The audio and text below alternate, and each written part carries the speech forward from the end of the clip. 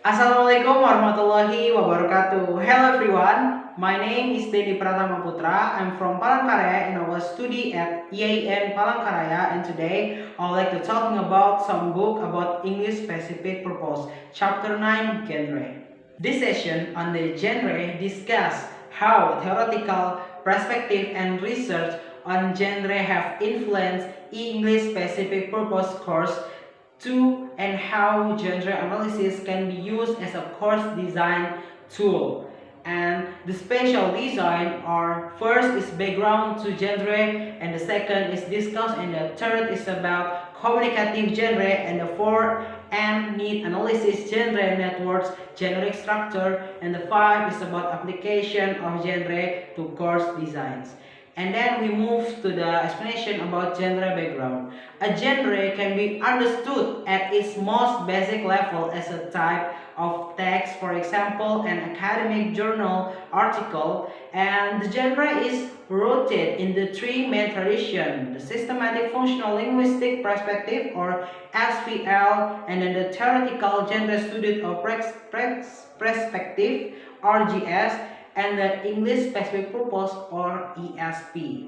At SFL, the principal investigator in this field is Jim Martin and his colleagues, who have made significant contribution to SFL and the study of the genre. Martin defined genre as a stage goal-oriented activity in which speakers are involved as a member of our culture. For ESP, or English Specific Purpose, core designer, the SFL framework can be used to produce text-based syllabus, as this is the nature of the genre SFL framework. Then on the RGS, the implication of the RGS perspective are more subtle than other perspectives. This is because the focus of this research was on real settings with real participants, which is impossible to recreate in a classroom setting. And however, a useful emphasis for a course designers is community. In ESP, or English Specific Purpose, a genre is defined as a class of communicative events whose members share some communicative purpose. This goal is recognized by expert member of the parent discourse community and is thus the rationale for the genre. This reason shape the schema structure of discourse and influence and limit the choice of content and style.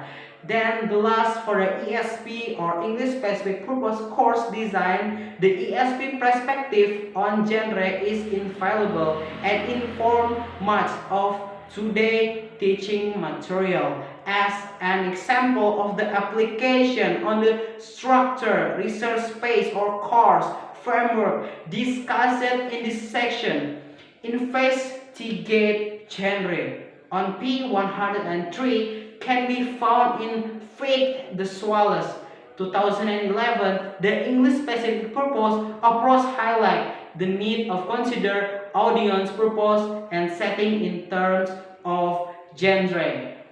Then on the discourse community, the discourse community is a group of people who engage in similar activity and engage in disciplinary communication, so that the academic discourse community shares communicative goals and interests. In each discourse community, member have different level in expertise and power in using and determining genre. Genre and needs analysis. Course designer can consider genre at the level of need by identifying and collecting sample of the type of genre of text that learner will encounter in the target communicative situation. And then we move to the explanation of genre of network. Genre do not occur in isolation but in network. Use the term genre sets, which refer to the range of genre within a field, and genre chains, which capture the chronological aspect of genre, like in a job application. investigating genre, identifying the creating research space or course model which describe the structure of a typical research article. Introduction as a series of step, starting with outlining the research area, then establishing the research gap, and finally starting at research objective.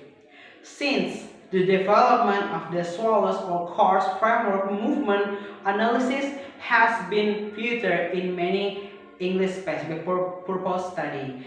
In his analysis, he compares sales letters and job application letters and found that the movement were similar because the two texts had the same communicative purpose.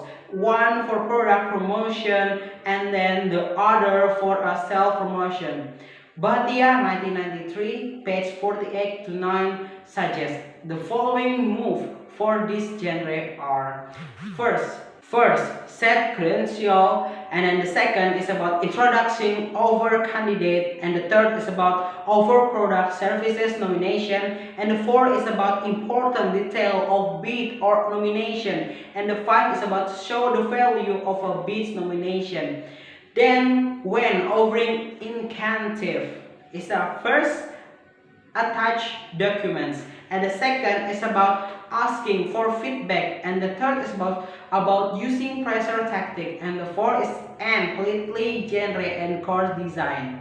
Genre can play an important role in a course design by incorporating common genre of a target student's communicative situation. The text is more meaningful and relevant to their hands. The genre in academic writing is sometimes compared to the product approach because in some introspection, the focus is entirely on the product of the text. So therefore, genre analysis may run the risk of being restrictive and descriptive and deceive. Is it important that when a genre approach is used in an English specific purpose classroom, the teacher realizes that the analysis must be placed in a context that reflects the text purpose and interculture rather than a perspective presentation of the rules and movement that occur in a particular text.